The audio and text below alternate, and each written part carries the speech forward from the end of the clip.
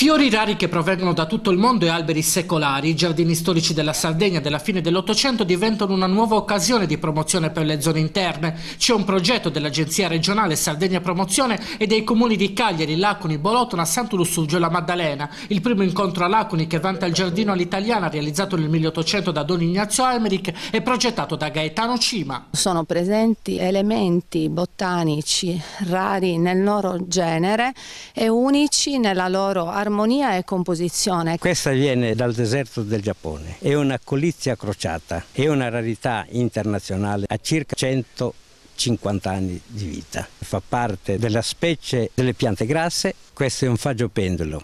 La particolarità della pianta viene dal nord Europa, sembra che sia una pianta all'inverso, rigirata con le radici in su, ha circa 200 anni di vita. C'è anche un libro sui giardini storici sardi. Rappresentano in Sardegna dei luoghi di particolare bellezza, sono delle vere e proprie opere d'arte dove viene descritto che cos'è la Sardegna, c'è un luogo di bellezza dove il paesaggio è ritagliato in modo particolare. Il progetto è mettere in rete questi giardini col marchio originale Percorsi di Bellezza. È un aspetto estremamente interessante e anche innovativo, perché parlare di bellezza è sempre molto difficile.